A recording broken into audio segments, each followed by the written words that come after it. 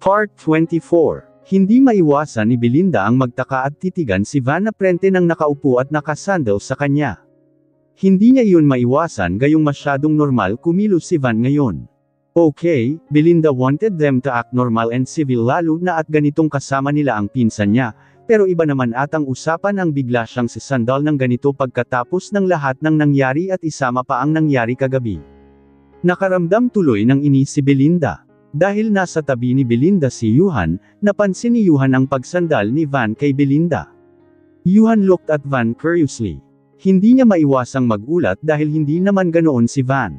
Habang si Warren nakakasakay lang at titingin sana kay Van dahil sa may sabihin ay napamura na lang nang makita si Van na nakapikit at nakaunan sa balikat ni Belinda. Hindi napigilan ni Warren ang mapamasahe sa batok niya at gusto nang murahin si Van. Dahil wala naman gaanong nakakita, si Warren napasimpleng lang ang galaw at Yuhan lang ang nakatingin kay Van. But then, Yuhan just let it go. Naisip niyang baka masakit lang ang ulo ni Van at gusto nitong matulog dahil naparami ang inom kagabi. Imbes na pansinin pa ni Yuhan ang dalawa, kinuha na lang niya ang headphones niya at sinuot iyon. Pumikit siya at halos wala nang marinig sa paligid niya dahil sa sobrang lakas ng pinapatugtog niya sa headphone. Hey! Remove your head. Ano bang sa tingin mo ang ginagawa mo, Aber? Mariin na ani ni Belinda, ginalaw pa ang balikat at hindi inalintana kung magtunog na iinis na siya.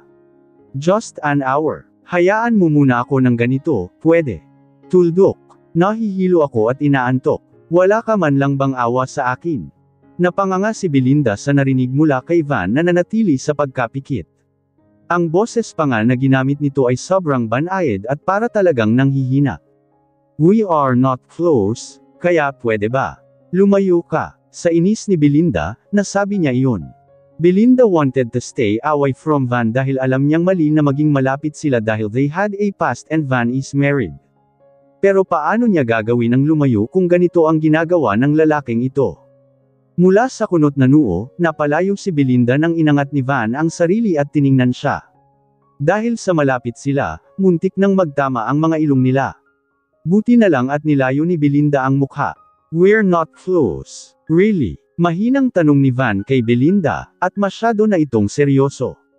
Hindi naman talaga kaya pwede bang lumayo ka na lang? Ang luwang-luwang sa tabi mo at kung gusto mo palang matulog, sana nagpaiwan ka na lang, hindi yung namemorisyo ka. Napasimangot si Van. Ang sama mo. Napakurap-kurap si Belinda at sinulyapan muna si Yuhan. Nang makita niyang naka-headphones ito at mukhang wala namang naririnig lalo na at nakapikit, muli niyang tiningnan si Van. Stop acting like this. Ano ka, bata? Hindi bagay sa'yo. Mariing sambit ni Belinda, pero napapikit siya nang biglang bumalik si Van sa pagkakasandal sa balikat niya. Tulog na ako, so stop talking to me, parang batang sabi ni Van. Hindi na talaga alam ni Belinda ang gagawin. Nasa kanya na ang halos lahat ng emosyon ngayon. Sinubukan lumayo ni Belinda, pero sumunod ito at halos maipit na nga rin si Belinda dahil sa katabi niya si Yuhan. Van Belinda, please. Nakagat ni Belinda ang labi at mariing napapikit nang marinig ang mahinahon at halos nang hiheling boses ni Van. Ayaw niya at talagang gusto pa rin niyang palayuan si Van sa kanya. Pero kapag nagpatuloy sila sa pagtatalo, baka mapansin na ng tuluyan ng mga pinsan niya. Nang dumilat si Belinda, agad nagtama ang tingin nila ni Warren. Just let him, walang tunog iyon, pero naintindihan niya dahil sa ginawa ni Warren na pagbigkas. Belinda sighed and looked at Van. Napaiwas na lang si Belinda ng tingin at hinayaan na lang para hindi na hamaba ang pagtatalo. Van couldn't help but smile nang mapansin niyang hindi na makikipagtalo si Belinda. Ginawa ni Van ang lahat para pigilan ang ngiti. Hindi niya mapigilan ang ngumiti at talaga namang halos kagatin na niya ang labi. When Van felt that Belinda really didn't say anything, he opened one eye and saw that Belinda was now frowning while looking out the window. Sunod, tumingin si Van kay Warren, who was giving him a death stare. Pero dahil gustong-gusto ni Van ang posisyon niya, hindi niya pinansin si Warren. He just closed his eyes again. Huminga siya ng malalim at halos mapasinghap nang maamoy niya ang pamilyar na pabango ni Belinda. It was so nice. It was so damn nice. Sobrang na-miss niya ang amoy na iyon. Van was really enjoying his position dahil akala niya hindi na siya makakalapit ng ganito kay Belinda. Pero ilang sandali ay napaangat ang tingin niya kay Belinda nang marinig na nagiging marahan na ang paghinga nito. Van looked at Belinda and immediately held her head ng muntik ng matamba. Pati si Yuhan ay nagulat dahil muntik ng matamba ang ulo ni Belinda sa harap nito. Yuhan removed his headphones. "Oh, tulog na?" Yuhan asked at umayos sa pagkakaupo. Yuhan was about to suggest na sa balikat na lang niya si Belinda, pero napakurap-kurap siya nang makita ang pag-iingat ni Van sa pagkakasandal ni Belinda sa balikat nito.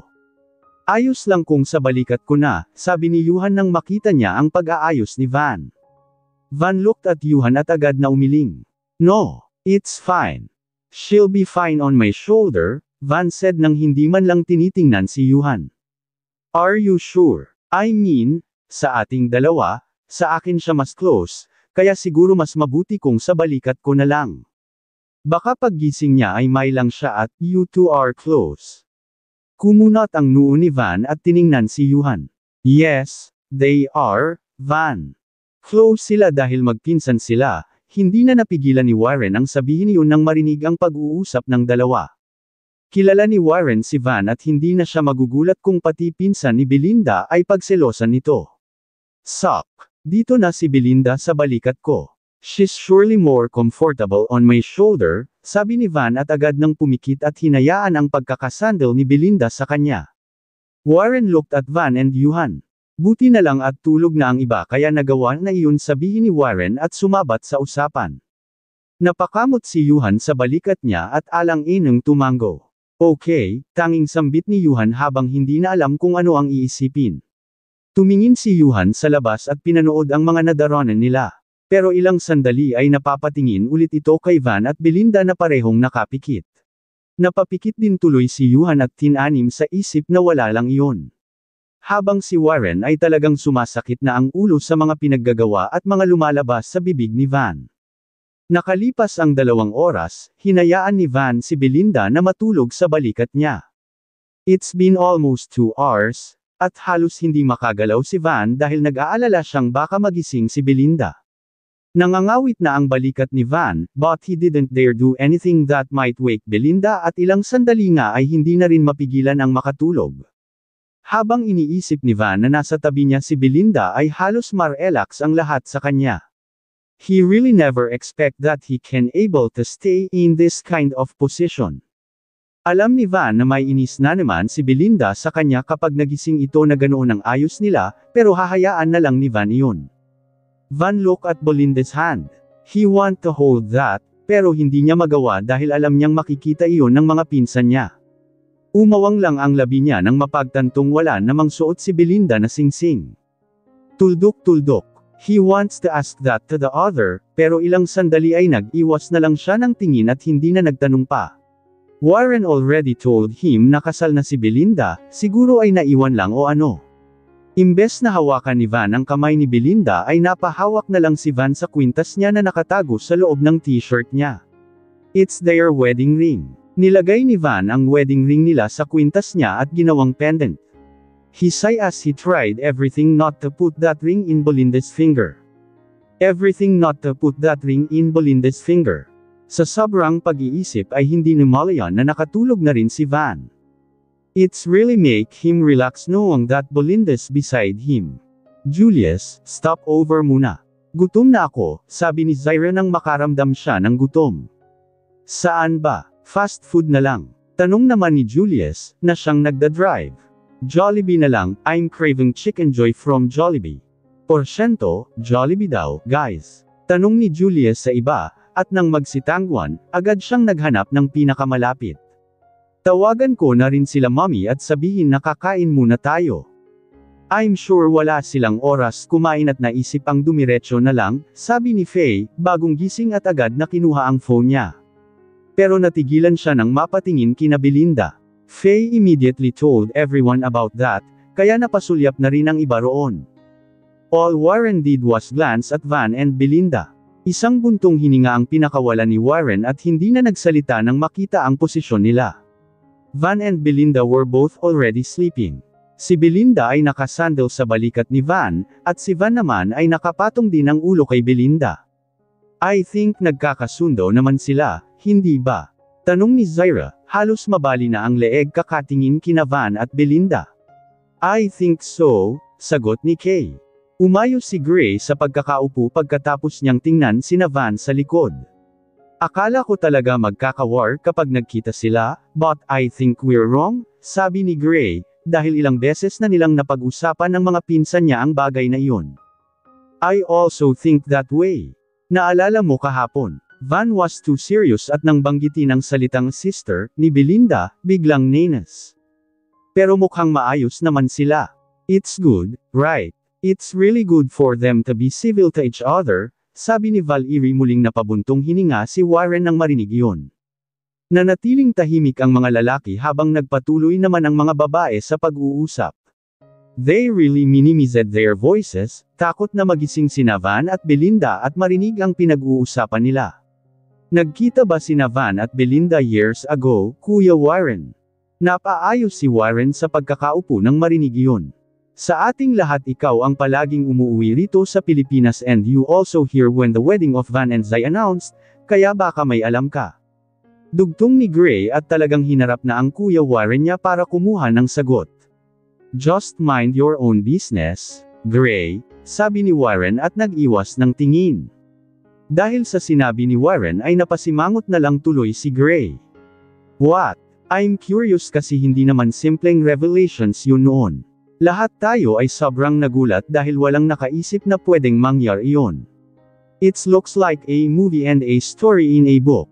Hindi nakakapaniwala noong una. We all know na sobrang nasaktan si Kuya Van nang maghiwalay ang mama niya at si Tito Edie.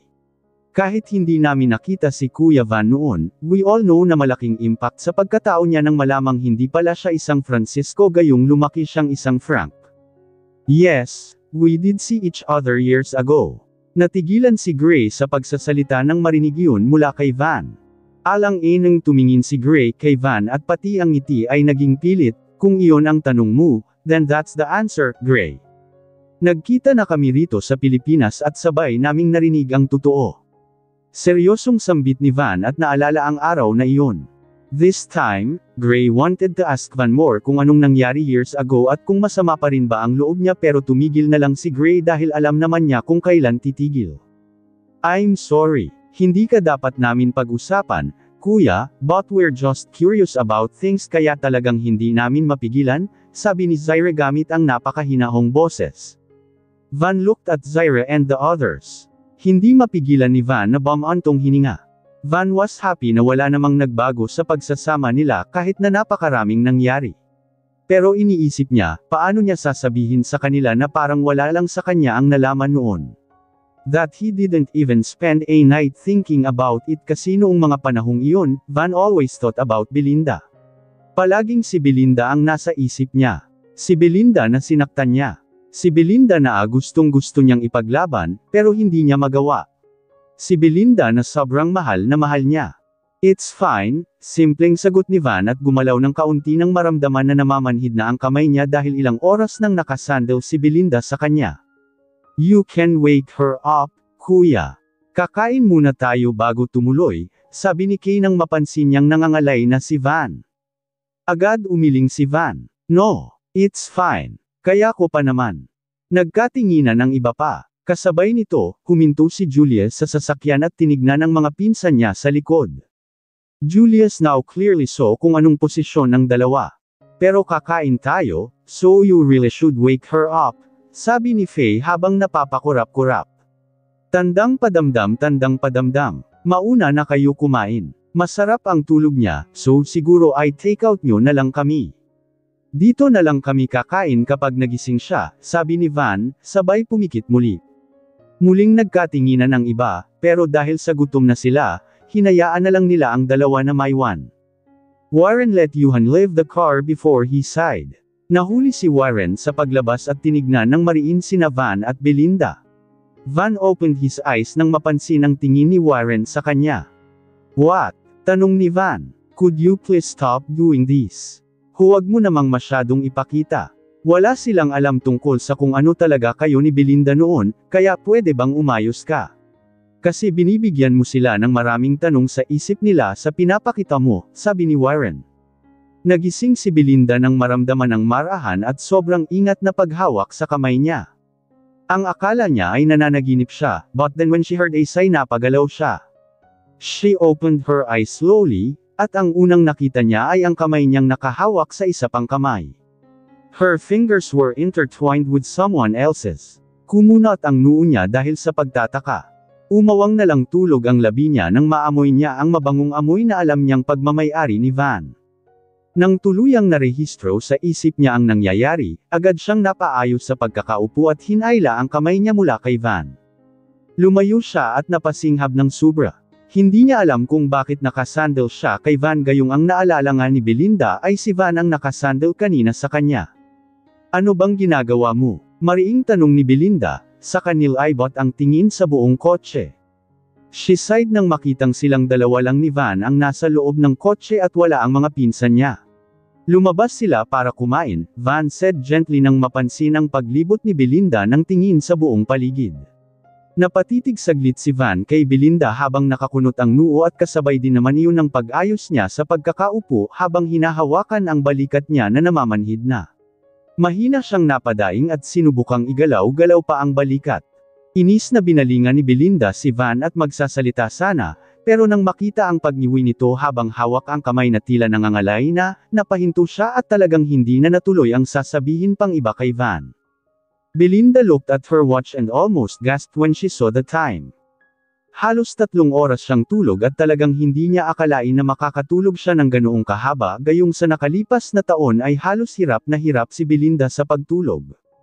And noong na nakatulog siya ng ganoon kahaba kahit na nasa sasakyan siya ay hindi niya mapigilan ang mapasinghap. While thinking na 3 oras siyang nakasandal sa balikat ni Van, gusto na lang niyang batukan ang sarili niya at talagang gusto na niyang masagot ang mga tanong niya kung bakit nagawa niyang matulog ng ganoon kahaba. Gusto mang minus pa ni Belinda, hindi na niya magawa. Isang buntong hininga ang pinakawalan ni Belinda, at gamit ang daliri, sinukli niya ang buhok niya. Nasaan sila? Saan sila kumain? Pupuntahan ko sila, tanging sabi ni Belinda, habang hinahalungkat ang phone sa handbag niya. Hindi nagsalita si Van kaya tinignan siya ni Belinda. Nakasandal si Van sa backrest ng upuan habang nakapikit. Ang isang kamay ay nakapatong sa tiyan niya. Hindi mo ba narinig? I'm asking you kung saan sila kumain. Pag-uulit ni Belinda at diniinin pa ang bawat salitang iyon. Jollibee, tipid na sambit ni Van, nananatili sa posisyon niya. Belinda bit her lip and tried to ignore Van.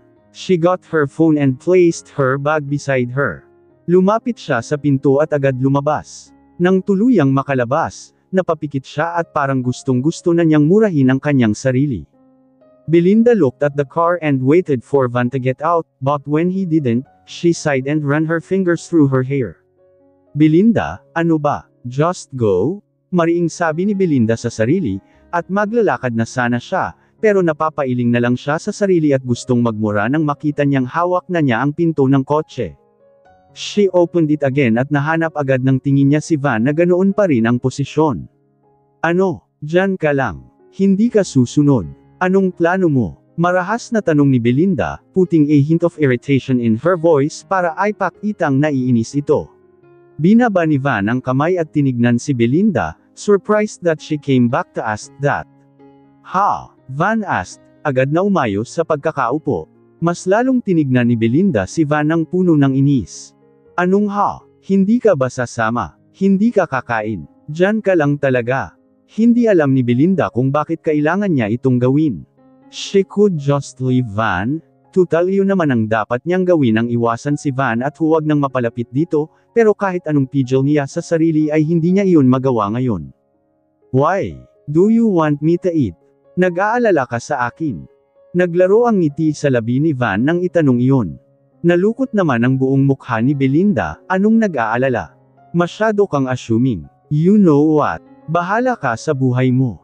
Kung ayaw mong kumain, edi huwag. After saying that, Belinda slammed the door shut, but as she walked away, she heard the door open again.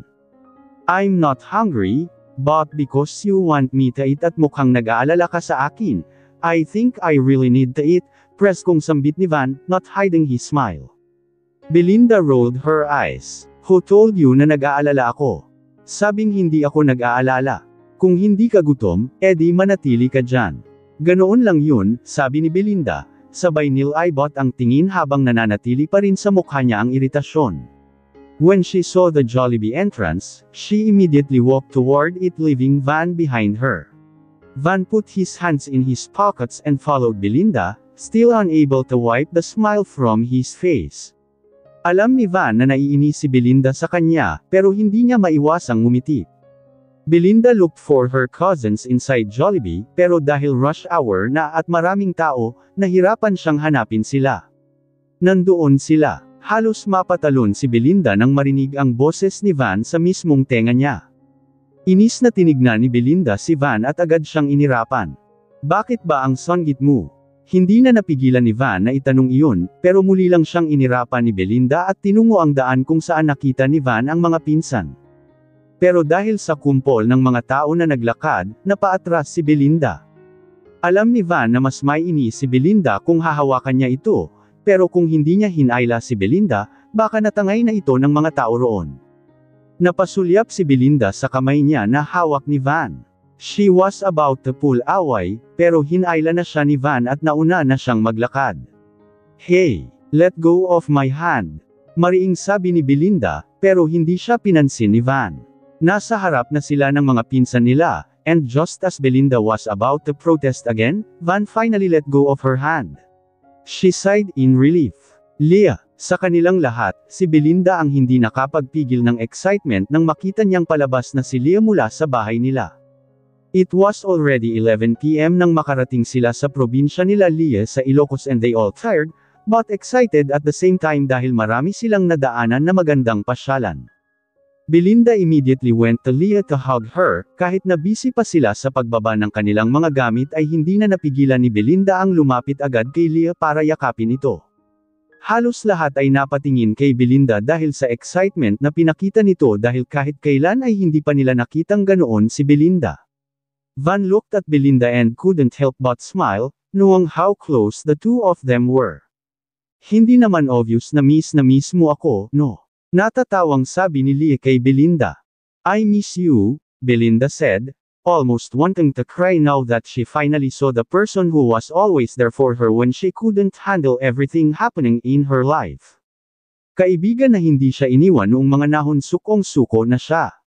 Talagang nagdesisyon na si Belinda na huwag nang umuwi sa Pilipinas at huwag nang aapak muli rito dahil sa mga nangyar, and also because of Davia. Pero dahil ikakasal ang nag-iisang kaibigan niya, napilitan siyang bumalik. A part of her really didn't want to come back, pero hindi rin may kakailan na gusto rin niyang bumalik dahil kahit anong mangyari, Pilipinas pa rin ang tahanan niya. Leah laughed a little nang humigpit pa ang yakap ni Belinda sa kanya, pero niyakap din niya ito ng mahigpit dahil, tulad ni Belinda, sobrang na-miss din niya ang kaibigan. Hey, that's my fiancé, sabi ni Warren mula sa likod ni Belinda. Lumayo si Belinda kay Leah at nang tingnan niya si Warren, nasulyapan din naman ni Belinda ang pinsan niya na naglalakad na rin papalapit at handa na ang lahat para pumasok sa loob habang bitbit na ang kanilang mga gamit. Bago pa makapagsalita si Belinda, agad nang hinayla at niyakap ni Warren si Leah sa harap ng kanilang mga pinsan. Hindi ko naman aagawin, natatawang sabi ni Belinda nang makita kung gaano kahigpit ang yakap ni Warren kay Leah habang hindi maiwasang maalala ang unang pagkikita ni Leah at Warren. Who would have thought they'd get married someday, right? Ikakasal na ang kaibigan niya sa pinsan niya. I miss you more, sabi ni Warren na walang pakialam kung nakatingin man ang mga pinsan niya. Niyakap niya si Leah at hinalikan sa noo, kaya't napilitan si Leah na kurutin siya dahil namumula na ang mukha nito dahil halos lahat na ng pinsan nila Warren ay nakatingin na sa kanila. Umayos ka, mariing bulong ni Leah, pero hinalikan pa siya ni Warren ng mabilis sa labi. Halos lahat ay napasinghap, hindi makapaniwalang ginagawa iyon ni Warren sa harap nila. Warren was too serious at minsan lang talaga makisabay sa mga kalokohan, kaya ang makitang ganito si Warren ay talaga narnang nakakagulat para sa kanilang magpipinsan. Hoy, ano yan? Nang iinggit ka? Pabirong tanong ni Julius habang tuluyan ng lumapit. Ako nga pala si Julius, pinsan ni Warren. Kung sasaktan ka niya, lumapit ka lang sa akin at papasayahin kita Ray. Daing ni Julius nang sikuhan siya ni Warren, na siyang nagpaga ng loob ng lahat dahil nagtawanan sila. Yan kasi, napaka-ewan mo, sabi ni Valerie habang natatawa pa rin. Pagkatapos magsalita, siya na ang sunod na lumapit. By the way, I'm Valerie, pinsan din ni Warren. It's nice to meet you, at ngayon pa lang, gusto ko nang sabihin na welcome to the family, sabi ni Valerie na mingiti sa labi, sabay yakap kay Leah. Nagsimula nang magpakilala ang iba at dahil gusto ni Belinda na makapagpakilala silang lahat ng maayos kay Leah, umatras siya ng kaunti. Napasulyap si Belinda sa sasakyan nang bigla itong yumandar. Nanlaki ang kanyang mga mata dahil hindi pa niya nakukuha ang dalawang bag niya, ang handbag at ang mga pinaglagyan niya ng mga gamit gaya ng damit. Pero bago pa siya makasigaw upang patigilan ang sasakyan, napansin niya si Van na nakatayo sa gilid. Natigilan si Belinda nang makitang hawak at buhat na ni Van ang kanyang bag. Agad siyang lumapit para sana kunin ito kahit na nagdadalawang isip, pero natigilan din naman siya nang naglakad na si Van papunta kay Leah. Pwede na ba kaming pumasok? Tanong ni Van sa kanyang seryosong boses, dahilan kung bakit napahinto ang iba at napatingin sa kanya. Napasimangot si Leah, sumulyap kay Van, tapos kay Belinda, bago bumalik ang tingin niya kay Van. Oo, pasok na kayo. Nasa loob na rin pala ang mga magulang nyo, sagot ni Leah, kaya naman agad silang pumasok. Dalawang palapag ang bahay nila Leah at lahat ng iyon ay ipinundar ni Leah mismo sa ilang taon na pamamalagi niya sa Manila. Siya rin kasi ang tumayong breadwinner ng pamilya, layong bag ko, parang batang sabi ni Belinda kay Yuhan habang tinuturo ang kanyang bag na hawak ni Van. Nauna na ang iba kaya sila na lang ang naiwan sa likod, dahilan kung bakit kay Yuhan niya sinabi iyon. Tiningnan ni Yuhan si Van at saka tumingin kay Belinda. Why? Tanong ni Yuhan, litong-lito dahil wala namang kaso kung hawakan ni Van ang gamit ni Belinda. Napasimangot si Belinda, nararamdaman ang hirap ng kanyang sitwasyon. Gusto niyang lumayo kay Van pero hindi niya magawa dahil wala namang alam ang mga kasama nila tungkol sa nangyari sa pagitan nila. Pakikuha, mahina niyang sabi na ikinaangat ng kilay ni Yuhan. Pero tumanggo na lang ito at mabilis na naglakad papunta kay Van. Pinanood ni Belinda ang pag-uusap ni Yuhan kay Van at napasulyap si Van sa kanya gamit ang kunot noong tingin. Napanguso si Belinda nang makita ang pag-uusap nila habang nakakunot pa rin ang noo ni Van. May sinabi si Van kay Yuhan, at ilang sandali bumalik si Yuhan kay Belinda. Siya na raw ang magbubuhat at ikaw daw ang kumuha. Sabi niya, kailangan mo raw mag-thank you kasi mabigat daw iyong bag mo, sabi ni Yuhan, na ngayon ay kunot noo na rin dahil sa naguguluhan sa naging pag-uusap nila ni Van. Oh, it's good that you are all here. Mula sa pagkatawa ay napasulyap ang mga magulang ng magpipinsang Francisco sa kanila. It looks like, lahat sila ay nagkakasiyahan na kasama ang magulang ni Leah at nakapag-usap na bago sila dumating. Dahil sa madalas na nag-stop over ang mga magpipinsan sa biyahe ay talagang ginabi na sila ng sobra at nauna na ng mas mabilis ang mga magulang nila. Everything was so smooth. Isa-isang nagpakilala ang mga pinsan ni Belinda at nagpakilala rin ang mga pinsan, kapatid at mga tito at tita ni Leah. Nako, sabi na nga ba hindi mo ama ang kinalakihan mong ama? Malayo naman na ama mo ang sobrang samang Juarez na iyon. Naalala ko yung panahong pinagbubuhatan kanya ng kamay sa harap ng maraming tao, sobrang walang kwenta. Sa gitna ng pag-uusap ay hindi mapigilan ni Belinda ang magulat nang pinasok siya sa usapan ng mama ni Leah. Leah and Belinda look at each other, parehong gulat. At halos lahat ay natahimik. Van who was busy talking to Julius suddenly looked at Leah's mother. Napag-usapan kasi ang pagiging Francisco ni Belinda, pero hindi naman inakala ni Belinda na mapapasok ang kinalakihan niyang ama. Mabuti rin at tinanggal mo na ang pagiging Juarez mo sa papel, iha. You deserve more. You deserve better. Dugtong pa ng mama ni Leah. Biglang naging awkward ang paligid. Sylvia and Edie become serious, ganoon din ang mga tito at tita ni Belinda. Kahit kailan ay hindi nabanggit ni Belinda na ang tungkol doon sa mga magulang at pamilya niya. Mahinahong sambit ni Leah para patigilan ang ina sa pagsasakito tungkol doon. Nang mapansin ng mama ni Leah ang naging reaksyon ng lahat ay bigla siyang huminga ng tawad. Hindi ko lang talaga mapigilan na ipasok ang usapang iyon dahil sa nakikita kong maayos ang pamilyang kasama ngayon ni Belinda. And I was really thankful to Belinda dahil naging mabuti si Belinda sa anak kong si Leah noong nasa Manila sila. Ayos lang po, tita, ngumiti si Belinda at nilagyan ng sigla iyon, but they are already serious. Nagpasalamat na lang si Belinda nang nagbago na ang usapan ng lahat. Belinda looked at her bag na nasa kondongan ni Van. Ang bag na may mga damit niya at ang handbag mismo ni Belinda ay na kay Van. She wants to get that para matawagan na niya ang anak niya, o kaya ang yaya ni Davia para tanungin kung kamusta si Davia. But then, she don't want to come close to Van at hindi naman niya alam kung paano kukunin iyon gayong kapag tumayo siya roon ay paniguradong makukuha niya ang atensyon ni Leah, Warren at ang magulang niya na may alam ng nakaraan nila ni Van. Ayaw niya at gusto niyang manatili na lang na malayo kay Van. Tumingin si Belinda kay Warren at sinubukang humingi ng tulong, baka sakali na baka pwedeng siya ang kumuha ng bag niya kay Van, but then, Belinda sighed again when she saw that Warren is busy talking with their titos and titas. Saan ka pupunta, Kuya Van? Faye asked made Belinda look at Van. Someone's calling. Sagutin ko lang to, sambit ni Van. Napaayos si Belinda sa pagkakaupo at hinintay na iwan ni Van ang bag niya sa inupuan niya, pero umawang at nalukot ang buong mukha ni Belinda nang makitang binuhat ni Van iyon at dinala sa pag-alis. Napapikit si Belinda at walang nagawa kung hindi ang tumayo at sundan na lang si Van para makuha na niya ang bag niya Leah so that even though she was busy talking kasama sila Warren, napansin niya ang tinginan ni Belinda at Van. Kung hindi nakatingin si Van ay nakatingin naman si Belinda, kung hindi naman nakatingin si Belinda ay nakatingin naman si Van. Sinundan ni Leah ng tingin ang dalawa at hindi maiwasang mapangiti. Leah really feels that Belinda is still in love with Van at ang malamang hindi nakasal si Van kay Zai ay talaga namang ikinasaya niya. Leah hate Van because he hurt Belinda so much, pero dahil sa naging secretary siya ni Warren at siya ang naiwan sa Pilipinas nang umalis si Belinda, nalaman niya ang totoo. Van's mother is a suicidal and that's explain kung bakit hindi nagawang ipaglaban ni Van si Belinda. Noong mga unang buwan na umalis si Belinda, Leah and Van already talked at doon nalaman ni Leah lahat.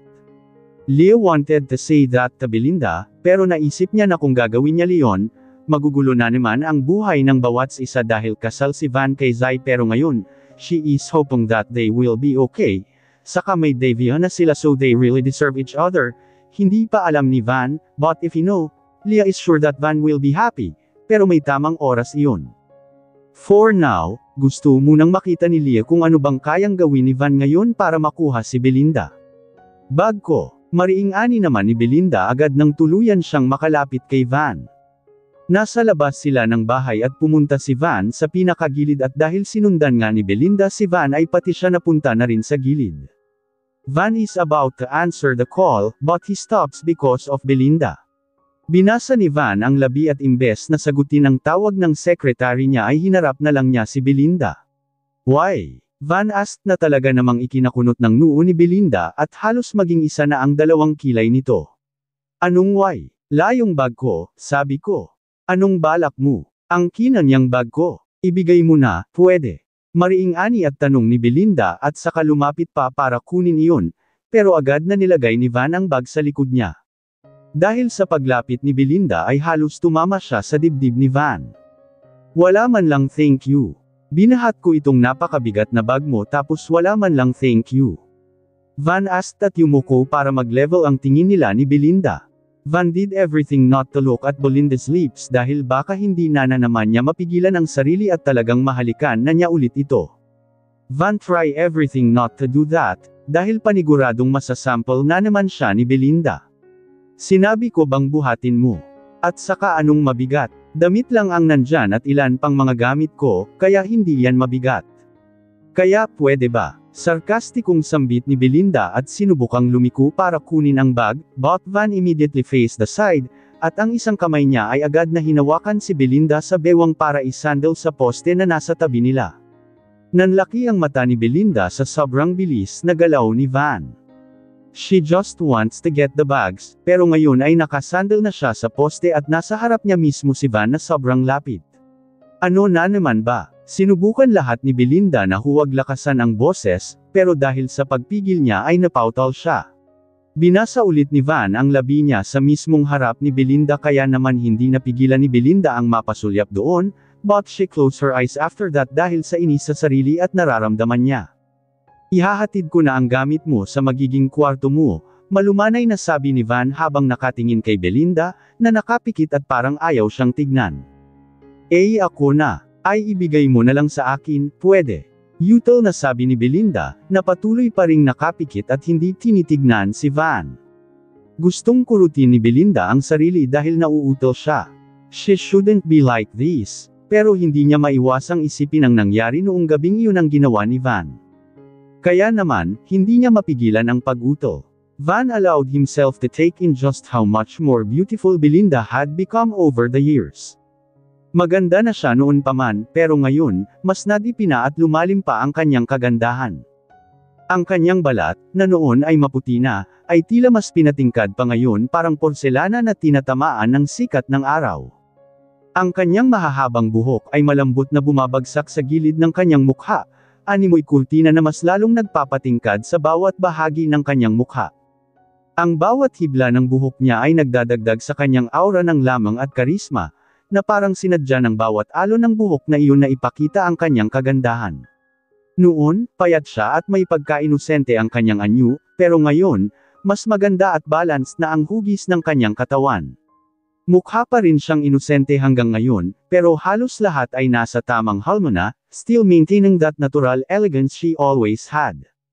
And then there were her lips, hindi mapigilan ni Van na mapansin ang labi ni Belinda. They were naturally pink, soft, and inviting, at dahil doon, hindi niya maiwasang maalala ang mga alaala noong nagtatama ang kanilang mga labi. Kahit cellphone ko na lang. May tatawagan lang ako, sabi ni Belinda habang dahan-daang minulat ang mata, ngunit halatang mahina ang kanyang boses. Van's lips parted slightly as he looked at her. He closed his eyes for a moment and then stepped back, breathing deeply, trying not to let the tightening in his chest get to him, pero halos natagalan siya sa sunod na sasabihin sa paninikip ng dibdib niya. Kaya niyang hawakan si Belinda, pero sa mga panahong to, alam niyang hanggang doon muna ang lahat. Your husband. Tatawagan mo ang asawa mo. Halos mahinang natanong ni Van habang sinasabi ang salitang iyon. Hindi niya gustong banggitin ang mga salitang iyon, asawa. Pakiramdam niya tinatanggap niya sa sarili niya na may asawa na ang taong mahal niya. Gusto niyang huwag nang ibigay ang bag para hindi na niya matawagan ang asawa niya, but then, he sighed again trying to relax himself. Napabuntong hininga ulit si Van at saka iniabot ang handbag ni Belinda. Napasulyap si Belinda doon at sunod ay sa isa pang bag. Your phone is there, right? Yan na muna ang kunin mo. Mabigat ito kaya ako na ang magdadala mamaya sa magiging kwarto mo, sabi ni Van nang malumanay bago tumalikod. Pero bago pa siya makalayo ng isang hakbang, tumingin siya muli kay Belinda na tila nawalan na ng sasabihin dahil sa seryosong itsura ni Van. You can ask Leo kung saan ang magiging kwarto mo. Huwag ka rito tumawag. It's already 1 a.m., so it's not safe if you stay here, iyon ang huling sinabi ni Van bago tuluyang pumasok sa bahay. Ilang beses na napabuntong hininga at hindi makapag-isip ng tama si Belinda pagkatapos ng usapang iyon, but then she tried her best na matauhan at huwag isipin ang mga bagay na iyon. Nasa kwarto na ni Leah si Belinda nang tawagan niya si Davia.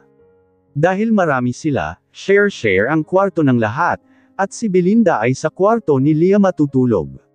Ang iba ay pumasok na sa kanilang mga kwarto habang ang ilan naman ay nagpaiwan at tila walang kapaguran mula sa biyahe at kwentuhan. Narinig pa ni Belinda kanina bago siya pumasok sa kwarto na balak pang mag-inuman ng mga lalaki. Opo, pagod na pagod po siya sa kakalaro, sabi ni Manang Jean, ang nagbabantay kay Davia. Hindi ba niya ako hinanap? Tanong ni Belinda ng mahinahon. Hindi naman po, ma'am. Sinabi pa niya na kung tatawag ka, iparating ko raw na ayos lang siya, sagot ni Manang Jean, kaya naman bumantong hininga si Belinda. Can you please call me tomorrow kapag nagising siya? Miss na miss ko na kasi ang batang iyan, sabi ni Belinda at natawa pa dahil wala pang 24 na oras ay talagang namimiss na niya ito at ramdam na ang pangungulila sa anak. Opo, tatawag po ako agad, Sagot ni Manang Jean bago nagtapos ang tawag. Sinubukan ni Belinda na matulog pagkatapos ng tawag pero nahirapan siya dahil hindi niya katabi si Davia. Kinabukasan, maaga ulit nagising si Belinda. Pagbangon niya, wala si Leah sa tabi niya. Natulog siyang wala si Leah at ngayon, nagising din siyang wala ito. Matapos magayos, bumaba siya dala ang kanyang cellphone. Pagtingin sa sala, walang tao at mukhang tulog pa ang lahat.